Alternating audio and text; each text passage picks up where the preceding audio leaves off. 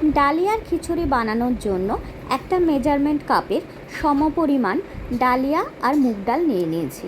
প্রথমে শুকনো কড়ায় ডালিয়া তারপরে মুগ ডালটা ভালো করে একটু ভাজা ভাজা করে নিয়ে একসাথে করে নিয়ে দুটো ভালো করে ধুয়ে রেখে দেব একটা পাত্রের মধ্যে। এবার কড়ায় পরিমাণ মতো একটু সাদা তেল গরম করে নিয়ে একটা শুকনো লঙ্কা আর একটু গোটা জিরে ফোড়ন দিয়ে তার মধ্যে কিছু কেটে রাখা সবজি দিলাম।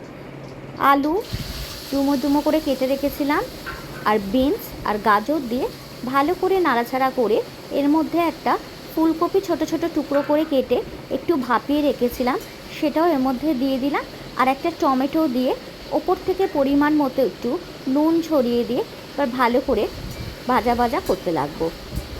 ভালো করে ভাজা ভাজা করা হয়ে গেলে এবার এর মধ্যে সামান্য পরিমাণে হলুদ গুঁড়ো আর একটু জিরে গুঁড়ো আর আদা কাঁচা লঙ্কা বাটা একটু আর একটা গোটা কাঁচা লঙ্কা দিয়ে ভালো করে মশলাটা মেশাতে লাগবো। মশলাটা ভালো করে মেশানো হয়ে গেলে ভালো করে ধুয়ে রাখা ডালিয়া আর মুগ ডালটা এর মধ্যে দিয়ে দেব, দিয়ে আবারও ভালো করে নাড়াচাড়া করতে লাগবো।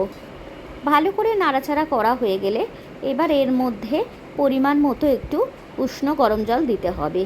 তোমরা তোমাদের পরিমাণ মতো জল দিও, সেটা কতটা কীরকম থিকনেস রাখবে খিচুড়ির সেই অনুযায়ী জলটা ব্যবহার করো। তারপর এর মধ্যে স্বাদ অনুযায়ী লবণ আর একটু চিনি দিয়ে দিলাম, দিয়ে ভালো করে ডাল আর সেদ্ধ হয়ে গেলে তখন ওপর থেকে একটু ঘি আর গরম মশলাগুলো ছড়িয়ে দিলাম। নিরামিষ দিনে বা উপোসের দিনে এরকম একবার ডালিয়া বানিয়ে দেখো বন্ধুরা, খুব সহজে বানানো হয়ে যায় আর খেতেও সুস্বাদু হয়। রেসিপিটা ভালো লাগলে প্লিজ একটা লাইক, কমেন্ট, শেয়ার আর সাবস্ক্রাইব করে দিও।